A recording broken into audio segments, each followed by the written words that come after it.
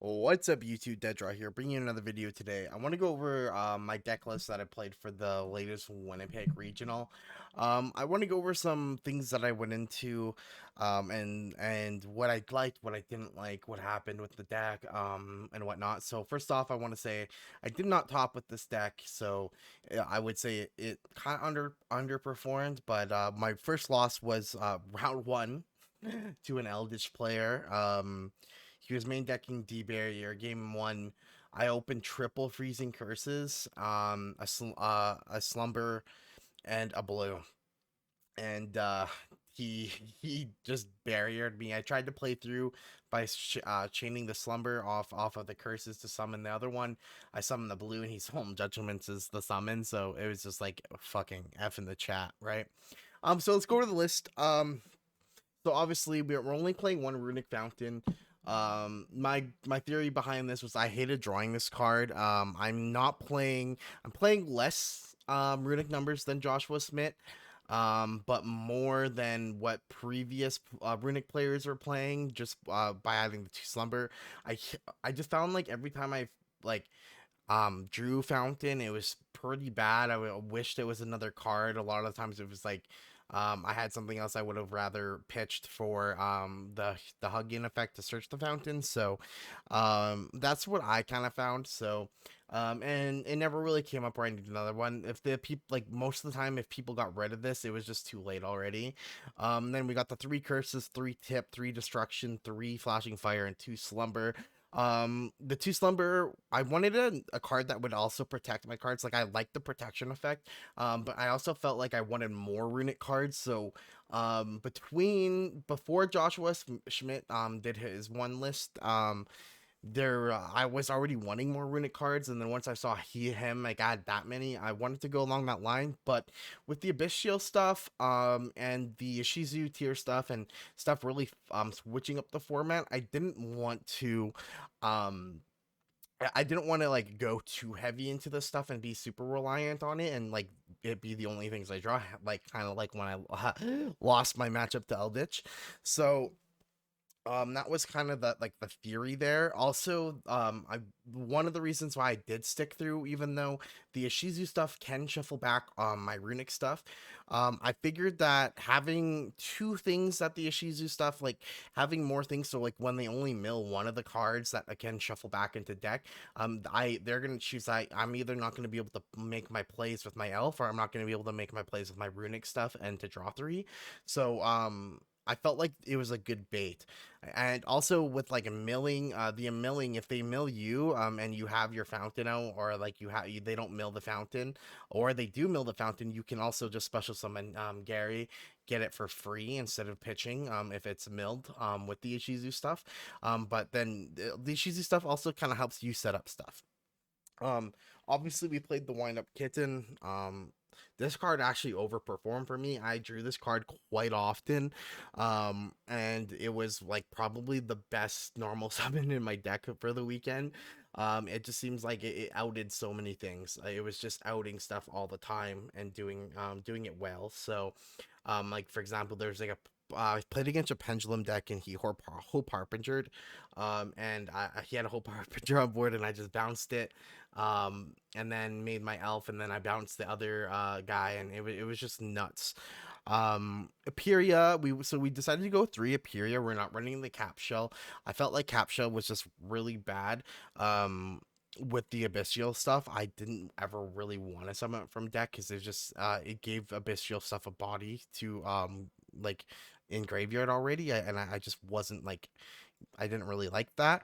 Um, I wanted to go to the Aperia. I felt like this was one like the other best norm like this summon, and so many times I would see a blue or jet off of the draw.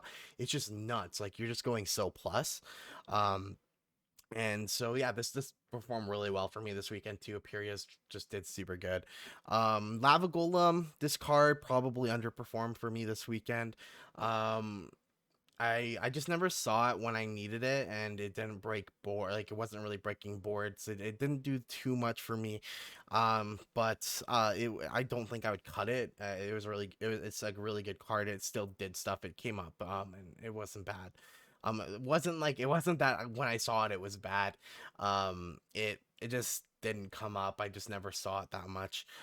Fenrir, this card did so well for me today. This one was a little bit iffy because I was getting rid of some power spells to play this card, but this card just was just so insane for me all weekend. Every time I saw it, I was like winning that game. It was just so good. And then obviously you got your 3 blue, 3 jet, 1 sprite red, 1 carrot, and then I played the Pixies. I wanted more sprite names, and then Pixies is like I really like having the access to it. Also, when you like are making a really big board, turn one, you can make Mannequin Cat, and not be really worried about what like they're gonna special because you have a lot of Earths that you can special summon. If you're playing against like Natria, but you have a lot of Darks that you can summon, right? So if you can just make Mannequin Cat and summon your blue and summon your Pixies from deck. It also plays around like that helps you play around your shifter, but making Mannequin Cat game one, I did do, and it did come up, and I would just special summon blue with them. And then 3 starter obvious, 1 smashers obvious, and then just the 2 tactics. The tactics were pretty solid for me. They didn't come up a whole lot, but like it was really good. Like a lot of times I would see it off the runic. I would draw it off like my runic spell, and then they would like negate something, and then I would just get another free draw too. And so I drew 5 cards that turn, into the deck. Or like you can get rid of. I used it to steal a few times too, so it was really good. Move to the extra deck.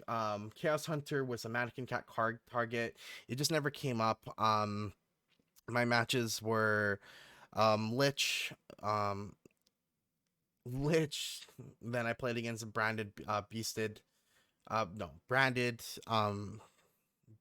bestial, and what's the other tier? Yeah, that's that's the one. It never really came up, so that Newman never came up, but definitely when you get rid of this was a super good against tier. Goliath, this one was really good for me this weekend.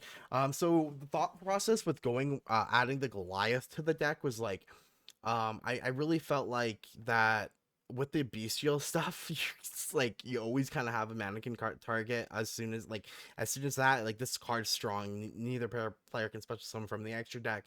It's super strong.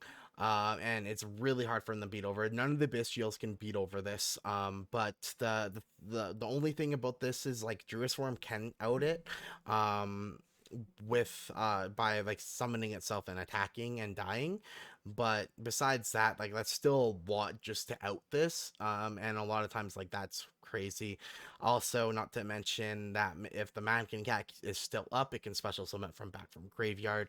Um also, Mannequin Cat came up with Fenrir also today with the like the Ishizu stuff and stuff like that. It came up. It was really good. But yeah, so that the Goliath did good. This was super good against Naturia. Won me a game. Unfortunately, I lost the match due to Cowboy in time. So that's just how that kind of goes. I can't really do much about that. Thunder King was one that just never went in, but I wouldn't take it out again. I feel like Mannequin Cat. Lightning Storm. This never really came up all weekend. It was so, but the thought was Lightning Storm. I want to go evenly or Lightning Storm, and we kind of went with the Lightning Storm, just because like it does a little bit more to the flu matchup because evenly can be often like if they can play around it by when I go to battle phase they can make the bird the avian. So we wanted to go with something that they're not going to be able to react to as much, and so that was kind of the lightning storm. The duster, and then the sphere modes,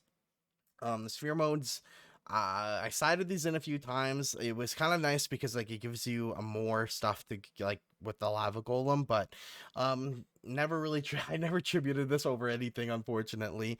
But it did come up and it did go in. It just well, it didn't come up, but it did go in. Then Silent Graveyard, this card just never my regionals was like a chalked, so yeah. And then the Red Resonator, this came up quite often. Actually, so the Natria matchup I lost because of this fucking card. And well, not because of this card actually, so because I drew this card. So what happened was he ended a board on he was going first, he ended board Gaguska Fenrir. I opened Lava Golem and Red Resonator.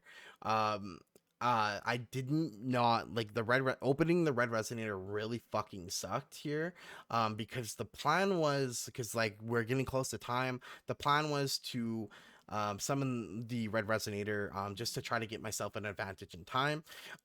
What happened is I tribute over the lava golem with the Bagusa Fenrir because I had no other way I was going to be able to play around that board. So that did good. I had to starter to be able to start playing. Unfortunately, so I lost 1,000 for that because I went into the carrot and I had a blue in hand that I had to special summon. And so what with the blue that I special summon in hand, um, I have the carrot, and then he takes the 1,000 damage at Lava Golem or tie, and he cowboys me because I wasn't able to red resonator from deck. I had to summon the Hyperia from deck with the gigantic instead of red resonator. If I would have summoned the red resonator, if I didn't draw it, I would have gained life points and I would not have been down. So I would have won that match.